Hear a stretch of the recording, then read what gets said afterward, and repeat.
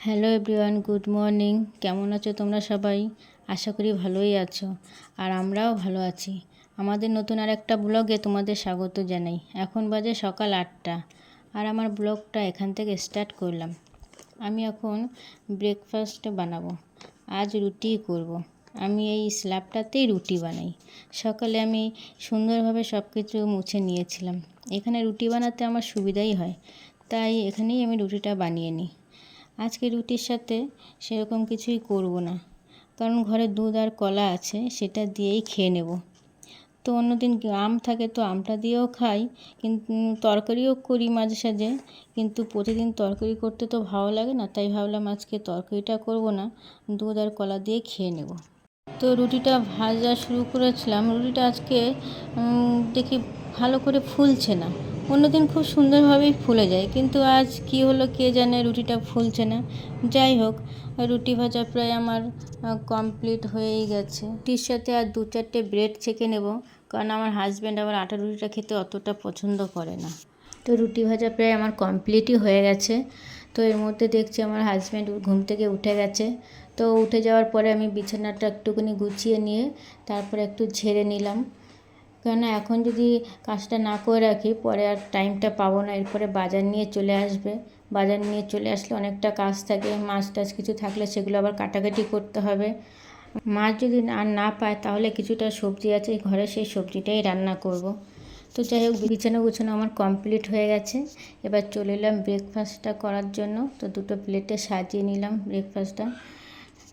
Breakfast complete করে চলে এলাম বোনের কাছে। তো এসে দেখছি বোন রেডি হচ্ছে। পুচকি স্কুলে গেছে আজকে, তো ওকেই আনতে যাওয়ার জন্য রেডি হচ্ছে। যাই হোক, মাথা ব্যথা আসছিল একটু, আর ওর সাথে দাঁড়িয়ে একটুখানি গল্পই করছিলাম। তো আজকে প্রচণ্ডই গরম ছিল, প্রচণ্ড গরম মানে ভালোই গরম ছিল, সকাল থেকে খুব কষ্টই হচ্ছিল গরমে। তো এখন ওকে যেতে হবে পুচকিকে আনতে, আর বাইরেও তো প্রচণ্ড রোদের তাপ। তোকে আমি বলছি যে একটা ছাতা নিয়ে যাস, কেননা বাইরের রোদটা তো, আর যেহেতু পুচকি, যাই হোক, ও ছাতা নিয়ে বেরিয়ে গেছে। আর পুচকিকে নিয়ে চলেও এসেছে। তো পুচকি একা একাই ড্রেসটা আজকে খুলছে আর বলছে মিমি আজকে প্রচণ্ড গরম। তো আমি চলে এলাম রান্না করতে। দুপুরবেলা হয়ে গেছে, দুপুরে রান্নাটা করতে হবে। আমি সবজি টবজি সব আগে করেই কেটে নিয়েছি।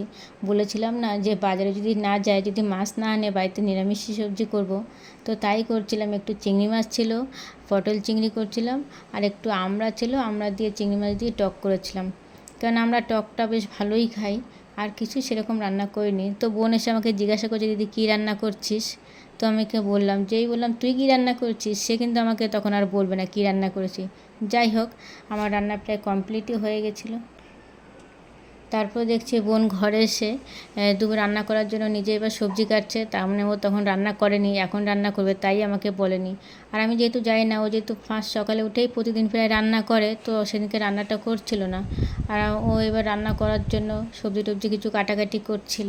দুপুরের রান্নাটা যখন হয়ে যায় তখন আমরা দুপুরবেলা একসাথেই প্রায় খেতে বসি, প্রায় দিনটাই একসাথেই খাওয়া হয়। তো আমাদের দুপুরবেলা খাওয়া দাওয়া হয়ে যাওয়ার পরে বিকেলবেলা একটু আমরা ছাদে এসেছিলাম। ছাদে একটু গাছগুলোতেও জল দিতে হয়। গাছগুলোতে জল টল দিয়ে যখন আমি বসলাম, দেখি বোন একটু পেয়ারা আর টমেটো মাখিয়ে নিয়ে চলে এসছে। প্রায় দিনই আমরা ছাদে গিয়ে বিকেলবেলা কিছু না কিছু খাওয়া দাওয়া করি। আর এদিকে দেখো পুচকির চুলটা দেখছি এমন ঝাঁকানো হয়ে আছে, ও তো কিছুতে চুলে চিরুনি দিতে দেবেই না, কারণ ওর নাকি প্রচণ্ড ব্যথা লাগে চুলে চিরুনি দিতে। আসলে ওর চুলটা একটু কালি ধরনের, তো তাই ও না চিরুনিটা দিতেই দেয় না মোটে। থ্যাংক ইউ বন্ধুরা এতক্ষণ আমাদের সঙ্গে থাকার জন্য। আর আমাদের চ্যানেলটা সাবস্ক্রাইব করে নিয়ে বেল আইকন বাটনটা টিপে দিও, যাতে পরবর্তী ভিডিও দেওয়ার সময় নোটিফিকেশনটা তোমাদের কাছে পৌঁছে যায়। আর প্লিজ একটা লাইক কমেন্ট করে দিও।